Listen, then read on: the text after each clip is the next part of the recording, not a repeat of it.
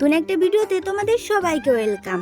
আমি যে video upload করি সেই ভিডিও থেকে এই ভিডিওটা অনেকটা আলাদা, কারণ আমি যে জিনিসটা বানাচ্ছি সেটা হচ্ছে মুকুট।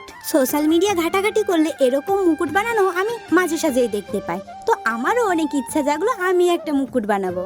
ইচ্ছা তো অনেক করতো, কিন্তু সেটা আর করা হতো না। ফাইনালি করতে পারলাম। তাও দেখো, যখন বাড়িতে একটা বিয়ে বেঁধেছে তখনই করতে হলো। যাই হোক, মুকুটটার ব্যাপারে আমি বলি। মুকুটটার ডিজাইনটা আমি নিজেই করেছি আর ভিডিও থেকে কিছু কালেকশন করেছি। আর এই কাজটা খুবই সূক্ষ্ম হাতে করতে হবে, কারণ এদিক থেকে ওদিক হলে পুরো থার্মোকলটাই নষ্ট হয়ে যাবে। তাহলে চলো তোমাদের বলি আমি কি কি দিয়ে এই মুকুটটা তৈরি করেছি।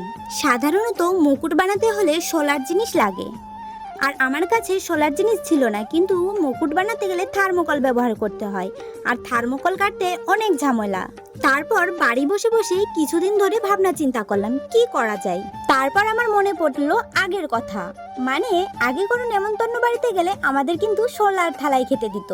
তারপর আমার মাথায় আসলো সোলার থালা কেটে আমি ওই মোটুক তৈরি করব। যেই বলা সেই কাজ, বাবাকে নিয়ে বেরিয়ে পড়লাম। ঝটাপট তো বেরিয়ে গেলাম, কিন্তু বাজারে গিয়ে আমি আর সোলার থালা খুঁজে পাই না। যে দোকানে গিয়ে বলি তোমার দোকানে কি সোলার থালা আছে, থাকলে আমাকে দাও, যা ওনারা বলে সোলার থালা আগে উঠতো, এখন আর সোলার থালা পাওয়া যায় না। সেই তো আমার ভাবনা চিন্তা সব মাটি হয়ে গেল। কিন্তু আমিও হাল ছাড়িনি, আমি তো বাজারের সব দোকান খুঁজে নিয়েছি কোন দোকানে সোলার থালা পাওয়া যায়। বাজারের এক সাইডে সব দোকান খুঁজে নিয়েছি, তারপর পুরো ক্লান্ত হয়ে পড়লাম। তখন বাবাকে বললাম, বাবা তুমি যাও না, এক সাইড থেকে খুঁজে আসো।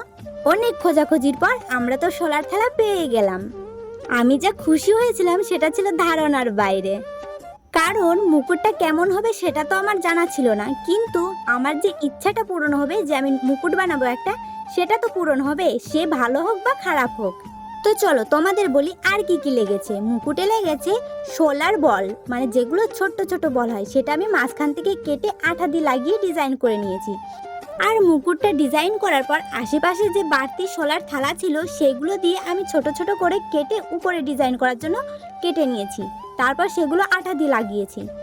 দেন আমার কিছু পুঁতি লেগেছে, যেগুলো মোটুকে লাগালে মোটুকগুলো বেশি ফুটছিল। আর আমিও অনেক মোটুকে দেখেছি অনেক ধরনের পুঁতি দেয়, কিন্তু আমি অতটা খরচা করিনি, তবে কিছু কিছু পুঁতি লাগিয়েই দিলাম। তোমরা কিন্তু জানিও মোটুকটা কেমন হয়েছে। আমি কিন্তু আরেকটা সুন্দর মোটুক বানিয়েছি, তো তোমরা যদি ওই ভিডিওটা দেখতে চাও অবশ্যই কমেন্টে জানিও। আমার এই হাতের কাজটা যদি তোমাদের ভালো লেগে থাকে অবশ্যই একটা লাইক করে দিও।